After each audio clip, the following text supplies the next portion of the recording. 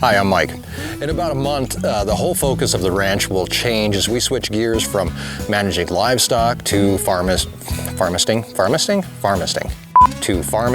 and harvesting. Today, we're going to take a look at this year's hay crop to date, how it's progressing, and what harvest may look like.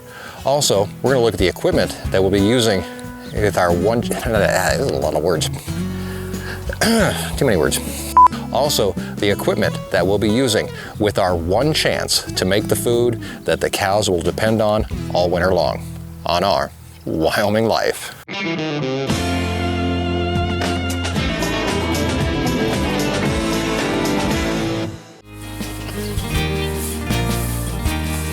Welcome back and thanks for being here. Please like and subscribe.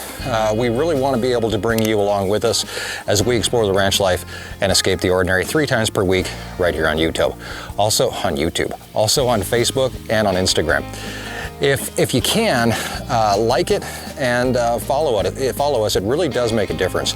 And starting right now, it actually gets you entered in to win some great prizes here over the summer with our endless summer of surprises. You get a chance to win some great prizes over the entire summer from brands such as Stetson, Haas, Wrangler, John Deere, and of course, our Wyoming Life, and a whole lot more. All you have to do to enter is subscribe to us somewhere. Subscribe here on YouTube and comment over the summer's videos. Also, follow us on Facebook, Instagram, or Twitter, and be sure to check out our website starting July 1st when we put up our very first month of great prizes that are up for grabs. The more places you follow us, the more chances you have to win. And if you're already a member of the herd, you're already entered. So we're here now and we're wrapping up calving. There are about 15 cows or so that are still holding on to their calves, but soon, and hopefully before branding, we'll complete this stage of life here on the ranch. And then at branding, all the cows will come in and get vaccinated, branded. Some of them will get castrated, and which all are going to be part of our annual branding party right here on YouTube, where you can hang out with us through the entire process live, ask your questions, and get to know the crew that's here helping us out. Taking their tag number. If they don't have a tag, we assign a tag number. After that, the mood and the attitude on the ranch completely changes. Cows will be set off to do their own thing. They'll begin the trek to summer pasture, where they require very little babysitting. And we'll move on to the next stage in the circle of life around here and start concentrating on haying. Right now, we're still just watching the grass grow.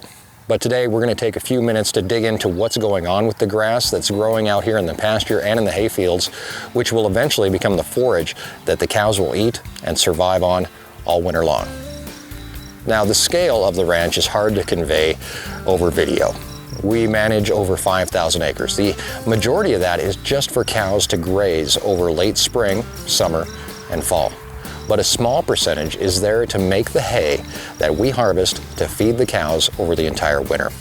Each cow eats on average about 800 pounds of forage per month. For a cow to have all the food that she's going to need over the winter, we figure she'll need about 4 big round bales weighing about 1,400 pounds apiece, just for herself, about 5,600 pounds, some 5 times her actual body weight. 5,600 pounds is almost 3 tons, and our average production in a hayfield around here on a decent year is about 1 ton per acre. So we can count on needing to harvest about 3 acres of hay for each cow that we plan on keeping over the winter. Usually that number is right around 150, and that equals 450 acres. Of course, all that is in a perfect world, and there's no perfect world, especially when you're counting on Mother Nature. So we built in buffers and actually harvest about 500 to 550 acres annually. So of our 5,000 or so acres, we're harvesting for winter production only 500 of that, or about 10%. If the ranch was your house, we're counting on an area about the size of your bathroom to feed the entire ranch for 6 months out of the year. And of course, that depends on there being hay to harvest. 3 years out of the past 5, we've been in drought and ended up buying each year between half and all of the hay we needed to get through winter. Luckily, each year we've been able to swing it, although mostly selling equipment and some land here and there. But now we're at a crossroads. Without a decent hay crop this year, if we have to buy hay from off the ranch, we will end up selling cows. There's no way around it. But luckily, things this year, well, they're looking pretty good for us. So far this year, we've received 8.5 inches of moisture. Not bad for an area that only averages about 14 inches per year. In the past 2 months, April and May, when that rain really counts to our grass and its growth, we've received 7.38 inches.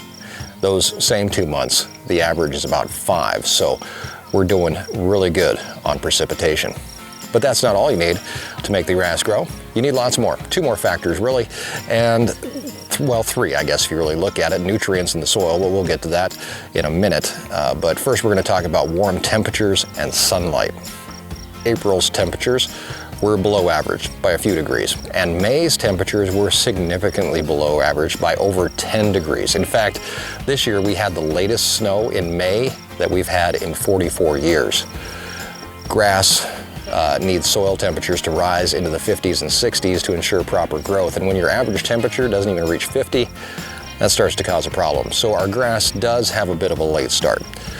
We also need sunny days to kick off photosynthesis in the grass and keep it growing up and out, giving us the broadest, thickest grass possible and the most to harvest. We come back to soil health, and that's very important as well in your hay fields, giving grass the nutrients it needs to keep going and get started. And that's one of the hardest things to manage in this area. Not knowing if you will even have rain to sustain a hay crop has left many ranchers in this area skipping fertilization.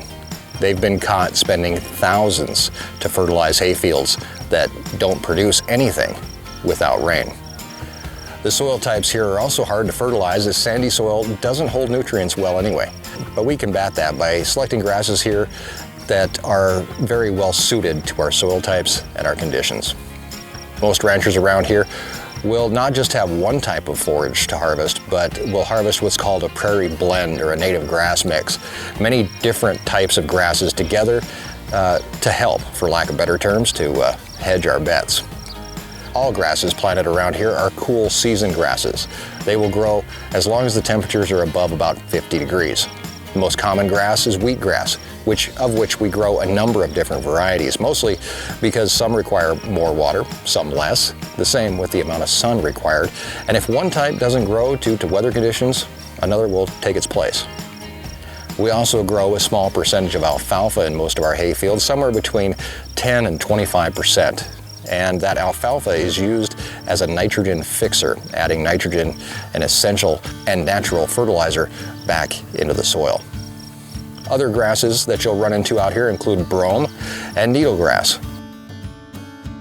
and our old friend, the sagebrush, which has been eradicated from most hay fields and is part of the reason that hay fields are much more efficient for growing feed than pastures are.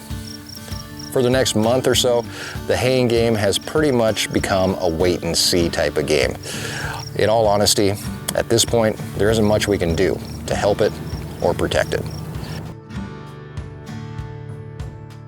Insects are rarely an issue for us here in this part of Wyoming, at least for hay, because we only get one cutting of our hay. And by July 1st, the rain will pretty much stop. Average rainfall for July through October, the entire 3 months, is only 3 inches. That's not enough to get any regrowth and makes haying for us a one and done type of job, but one that goes on and on. With haying comes equipment, and as of right now, we're scheduled to begin haying with the same equipment that we hayed with last year. Our 3 tractors, John Deere models 4055, 6410, and 6420. We will be cutting all of our 550 acres or so with a Rouse 99 sickle mower, allowing us to cut an 18-foot swath at once and lay the grass down to dry. Then it'll be raked up by our 30-foot wide H&S wheel rake, which will put all the hay into a windrow where it'll dry and wait to become a bale of hay. When it's ready to become that bale, then we're going to pick it up with a John Deere 568 baler, which will roll the hay around into a round bale, 5 foot high and 5 foot wide, weighing in at 1,400 pounds. After that, the bale will be transported back to the hay yard, where it'll be stacked and wait for winter and a hungry cow.